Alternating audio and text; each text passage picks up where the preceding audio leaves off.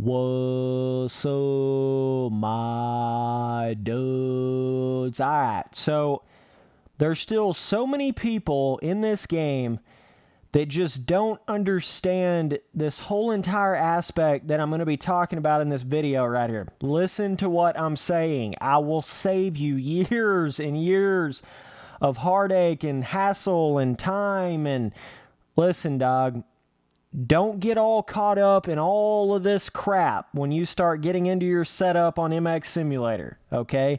It's actually pretty simple, all right? Listen to what I'm saying right here. If you ever take anything from any of these setup videos I've ever made, okay, take this right here. Listen. All this stuff that's on your fork and shock, that don't even really matter. It literally doesn't even really matter. I'm just telling you right now, you can give me any sort of setup, like up here wise, on the fork and shock, the actual suspension, right? These are sort of broke up into two parts. Fork and shock area, this is your suspension. And then you go down from here and it's gearing and then it's other stuff, right? So top half, that's your actual suspension of the bike. And then bottom half, these are more of your actual setup things, okay? There's a big difference in your MX Simulator suspension and your MX Simulator setup. They're two completely different things. People seem to get those two things very confused, very conflicted, very warped. So many beginners that I see these days, not even just beginners, even amateurs. There's a lot of people, they get so caught up in this crap right up here at the top. All of this suspension stuff, right? Whatever, the bike feels stiff over roughness, so then they'll go in here and start, changing this stuff and changing this and putting this over here. I want to hit the jump. I want to pop off the jump more. They'll raise whatever spring rate or preload or whatever, right? I'm telling you, you're adjusting the wrong stuff. 99.9% of the time, that you don't want to go here. Okay, this is what I call the fine adjustment part of the game. The fine tuning of the game is up here. And if you're not even to basically the pro level, you just about don't even have to jack with this crap. Like that, listen, if I could take into account what allows me to do what I do on the bike on MX Simulator, all of this suspension stuff up here, this is 10% of it. 10%. That's it. And everything else, talking about gearing, rider vertical damping, forward damping, mass distribution, and your stability, that's the other 90% of the setup. Whereas a lot of people get it twisted and confused into thinking this is 90% of it, and then everything else is the other extra 10%, and they couldn't be further from the truth, okay? So I'm telling you, if you don't have this rider vertical damping, forward damping, mass distribution, and then your stability, if you don't have that stuff set right, it don't even matter what you have this crap set to. It literally doesn't matter. Like I'm saying, you can give me just about any suspension setup in the game, and I can get around a track with my own vertical spring, forward spring, mass distribution, gearing, and stability, right? I can get around just about any track out there. Hit the whoops, hit the finish lines, hit the triple ends, hit the anything. Roughness, tabletop. You can give me just about anything. You can come in here and give me literally, you could give me anything up here. And I've proven that with the multiple stock suspension videos that I've made. I can go in there and I'm like maybe 2 seconds off my normal lap time, which is nothing on a motocross track or whatever. I'm barely off my actual normal lap time, literally running 50 on everything up here. So if that don't tell you how much that stuff is like fine tuning, it doesn't really matter that much. Dog, it's so fine-tuning that if you're adjusting this crap as a beginner or as a, just starting into the amateur ranks and you're in here adjusting all this bull crap, you don't even know what you're really doing. You're actually probably hurting yourself more than you're helping yourself most of the time, okay? So that goes into, well, Spencer, how does this other 90% of the setup thing work, right? Okay, let me explain this very simply, okay? Gearing is kind of whatever. I mean, it is a big deal, but it's just kind of, whatever. There's a lot of people run, whatever. I'm not going to even get into that. But the main thing you want to focus on, really, is your vertical spring, vertical damping, forward spring, and forward damping. These 4 little adjustments right here, and your rider mass distribution. Well, technically it's 5 things right here. These 5 settings right here at the bottom are the most important things in the entire game for being able to actually, move on the bike more, right? And when you can move on the bike more, that's what allows you to go through roughness faster. That's what allows you to huck triple ends better. That's what allows you to go over a jump without just getting completely, I hear the countless, I just endoed over the jump. How do I keep from endoing? How do I keep from looping out? Oh my God, I can't control the bike. I just get stuck in the air. I throw a whip and I get stuck in the air. I slide out in every corner. Dog, listen to me. This is where the game's at down here. This is where the whole game is at. This and your stability, right? Those are the 2 most important things in the entire game. All this other shit, gearing's important, but all this other crap, it's not even close to mattering as much as all this other stuff. Don't get so caught up in all this up here. I cannot stress that enough. Do not get so caught up. This is not going to make or break you up here. If you have all this crap set wrong, this is not going to make you amazing up here. This is not going to help you really up here if you don't have all this crap down here set right. And the thing about it is all of this stuff down here, it has to be set to your exact skill level and worked up over time, okay? That's how it works, right? You start off with not a whole lot of movement, right? All of this stuff on stock right here, 50-50, 50-50, and then 0.33 on your rider mass distribution, that's as what I would call not as much movement handicapped as you could possibly make the bike, which you need at the beginning, but there's restrictions to that, right? Because once you start getting faster in the game, you don't want that super restrictive, safe on the bike, locked in on the bike type feeling. That's only there for you to learn the game, right? And the more mind muscle memory you get in the game, the more you learn the game, the more you get into the game, the more you start getting more movement in the game, and that helps you with everything in the game. That's what makes everything in the game possible. That's what makes hitting roughness possible. That's what makes hitting whoops really hard possible. That's what makes hitting big jumps possible. That's what makes whipping really good possible. That's how you do everything in the game. This crap up here is minor adjustments. When it all is said and done, this crap up here is doing minor things in comparison to what this down here is doing, dog. I'm telling you, from the years of playing this game, I know how this is, and people, especially beginners, it's like they think the whole game is all this up here. This shit don't even matter. I can't tell you how many beginners and amateurs I hear saying, man, what do I need to do with my compression? Man, what do I need to do with my rebound? And all this crap. And meanwhile, they don't even have their vertical spring and mass distribution set right. It's like, dog, you got to do this before you do that. You understand what I'm saying? You got to do your stability and this stuff before you really start jacking with this stuff, or it's just kind of pointless. So let me explain sort of the range of how this works, okay? So as a full-blown beginner, like I said, this is the most restrictive the bike can be, right? And it would be as if you had your stability on 100, right? That's basically how these settings are right here, okay? So the better you get at the game, the more mind muscle memory you get. When you start feeling like the bike is too stiff, you start feeling like your skill level is going past your setup, right? Not your suspension. We're not jacking with suspension, okay?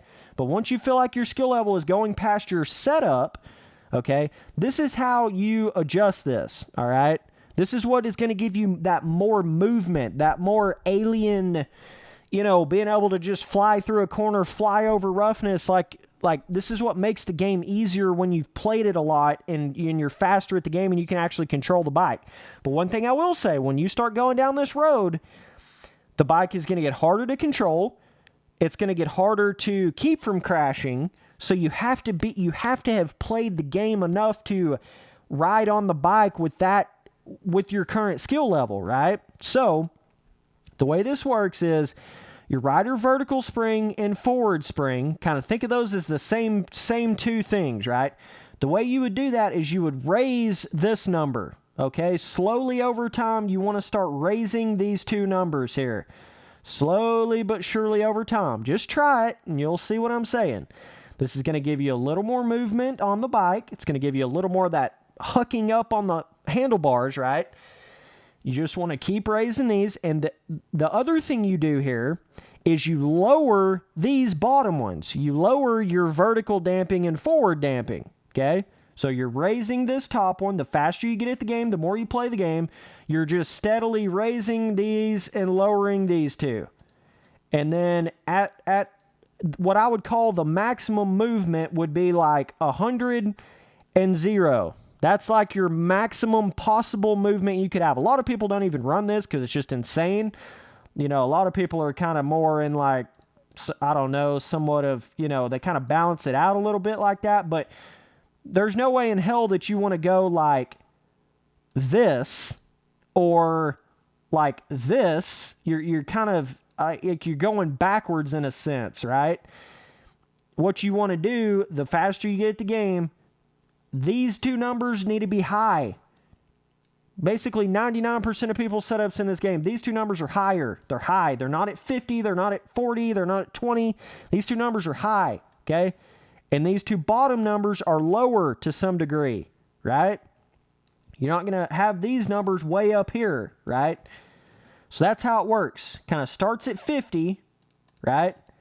This is like stock, like just getting into the game, and then you're just slowly but surely working it like this. Working these two up, these two down, these two up. And that's kind of what you do with that over time, over a long period of time, over months of time, okay? Now, in that same token, your rider mass distribution is the same way. Rider mass distribution at stock, 0.33, this is like as restrictive as it can make you on the bike. The least amount of movement you can possibly have on the bike. And you'll notice if you have your rider mass distribution on 0.33, which is stock, which is all the way down, it'll be hard to even pop a wheelie in the game. You can't even hardly, pull up on the bike and pop a wheelie in the game.